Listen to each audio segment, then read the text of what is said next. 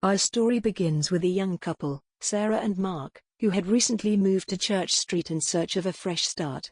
They had fallen in love with the old Victorian house at the end of the street, enchanted by its charm and character. Little did they know that their dream home would soon become a living nightmare. From the moment they moved in, Sarah and Mark sensed that something was amiss. Strange noises echoed through the halls at night, and the temperature would suddenly drop without explanation. At first, they dismissed these occurrences as quirks of an old house, but it wasn't long before the true horror of their situation became apparent. One evening, as Sarah was unpacking boxes in the attic, she stumbled upon an old, dusty diary hidden beneath the floorboards. The pages were yellowed with age, and the handwriting was barely legible, but as she read the entries, a sense of dread washed over her. The diary belonged to a woman named Elizabeth, who had lived in the house over a century ago.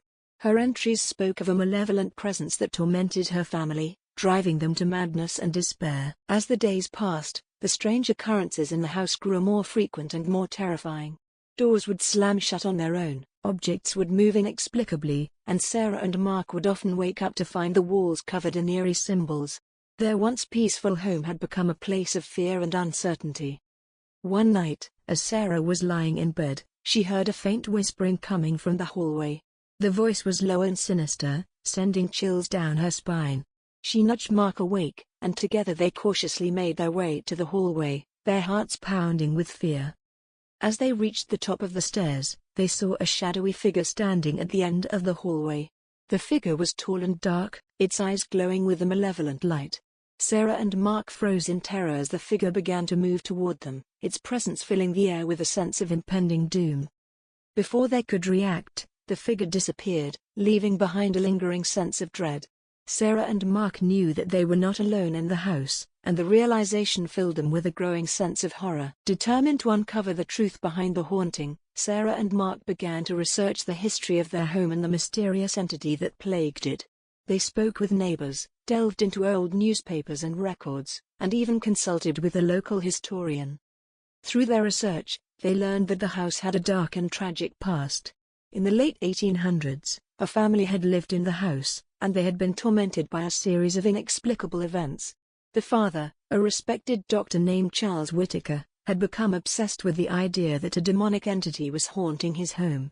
He had conducted numerous rituals and experiments in an attempt to banish the entity, but his efforts had only seemed to anger it further. The family's torment had reached its peak one fateful night when Dr. Whittaker's wife, Elizabeth, had been found dead under mysterious circumstances. Her diary, the same one Sarah had discovered, hinted at a malevolent force that had driven her to madness and despair. The Whittaker children had been sent to live with relatives, and the house had remained vacant for years, its dark history forgotten by most. Desperate for answers, Sarah and Mark decided to hold a séance in an attempt to communicate with the entity and uncover the truth. They enlisted the help of a renowned medium, Madame Rosa, who was known for her ability to connect with the spirit world. On a stormy night, the three of them gathered in the living room, the atmosphere charged with anticipation and fear. Madame Rosa lit candles and placed them in a circle, creating a dim and eerie glow. She instructed Sarah and Mark to hold hands and close their eyes, focusing their thoughts on the entity.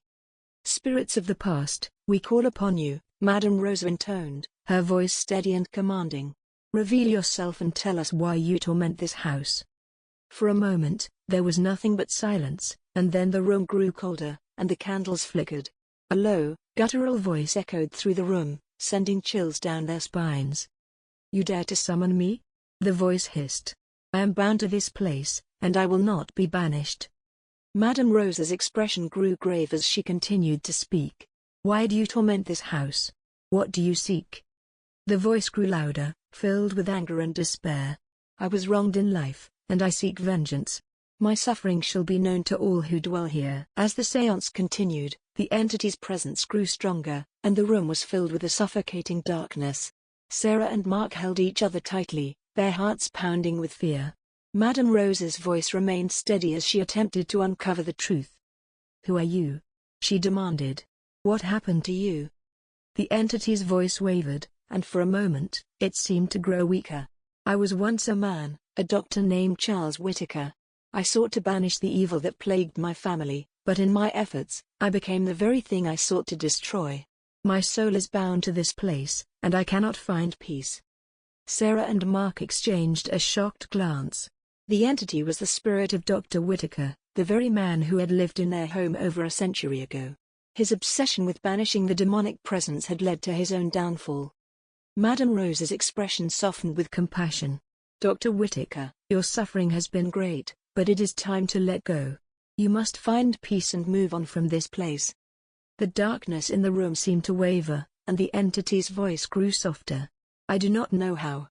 I am trapped in this nightmare, and I cannot escape." Determined to help Dr. Whittaker find peace and free their home from the malevolent presence, Sarah, Mark, and Madame Rosa devised a plan. They would perform a ritual to release his spirit and banish the demonic entity that had plagued him for so long. On the night of the ritual, the atmosphere was charged with tension and anticipation. The three of them gathered in the attic, the very place where Sarah had discovered Elizabeth's diary. Madame Rosa placed a circle of salt around them, creating a protective barrier. She lit candles and incense, their scents filling the air with a sense of calm and focus. "Spirits of light, we call upon you to aid us in this ritual," Madame Rosa intoned. "Help us to free this tortured soul and banish the darkness that binds him." As they began the ritual, the air grew colder, and the room was filled with an oppressive energy. The candles flickered, and the shadows seemed to come alive, swirling around them like a malevolent force. "Dr. Whittaker, we call upon you," Madame Rosa continued. "Release your pain and find peace. Let go of the darkness and move on to the light." The shadows grew darker, and the room shook violently. Sarah and Mark held hands, their hearts pounding with fear and determination. Madame Rosa's voice remained steady, her words a beacon of hope in the midst of the darkness. "You are not alone, Dr. Whittaker," she said softly. "Your family is waiting for you. It is time to be free." The darkness wavered, and a figure appeared before them. It was Dr. Whittaker, his eyes filled with sorrow and longing. "I am sorry," he whispered. "I have caused so much pain." Madame Rosa smiled gently. "It is time to let go. Find peace and be with your loved ones." With a final, heart-rending sigh, Dr. Whittaker's spirit began to fade. The darkness receded, and the oppressive atmosphere lifted, leaving behind a sense of calm and tranquility. With the demonic entity banished and Dr. Whittaker's spirit finally at peace, Sarah and Mark felt a renewed sense of hope and relief. Their home, once a place of fear and despair, had been cleansed of its malevolent presence. The strange occurrences ceased, and the oppressive atmosphere was replaced with a sense of warmth and comfort. Sarah and Mark continued to live in their beloved Victorian house, cherishing the newfound peace and tranquility. They often thought of Dr. Whittaker and the ordeal he had endured, grateful that they had been able to help him find the peace he so desperately sought. The story of the demonic entity of Church Street quickly spread throughout the town, capturing the imaginations of both believers and skeptics. Neighbors who had once avoided the house out of fear now visited frequently, intrigued by the tale of bravery and redemption. Sarah and Mark found themselves recounting their experiences to curious visitors, each retelling serving as a reminder of the darkness they had overcome. As the months passed, the house blossomed with new life. Sarah and Mark dedicated themselves to restoring its Victorian charm, transforming the once eerie and foreboding residence into a warm and welcoming home. They filled the rooms with laughter, love, and the joyful moments of everyday life, banishing any lingering shadows of the past. In time, the story of Church Street became a beloved local legend, a testament to the power of courage, determination, and compassion. The townspeople took pride in their history, knowing that their community had played a role in bringing peace to a tortured soul. Years later, Sarah and Mark continued to live happily in their cherished home, raising a family and creating countless memories within its walls. The house, once plagued by darkness and despair, now stood as a beacon of hope and resilience. Every so often, they would come across Elizabeth Whittaker's diary, a reminder of the family's tragic past and the strength it had taken to overcome it. Sarah and Mark never forgot the lessons they had learned and the bonds they had forged in their journey to banish the demonic entity. The tale of the demonic entity of Church Street remained a popular story in the town, shared with new generations who marveled at the courage and determination of those who had faced the darkness. It served as a reminder that even the most terrifying of evils could be overcome with love, compassion, and an unwavering belief in the power of good. As Sarah and Mark sat on their porch, watching their children play in the yard, They felt a deep sense of gratitude for the peace they had found. The shadows of the past had been banished, and the legacy of Church Street was one of hope, resilience, and the enduring human spirit. If you enjoyed the chilling and captivating tale of the demonic entity of Church Street and want more spine-tingling stories and thrilling content, don't forget to like, share, and subscribe to our channel. Your support helps us continue to bring you stories that grip your imagination and keep you on the edge of your seat. Thank you for being part of our storytelling community.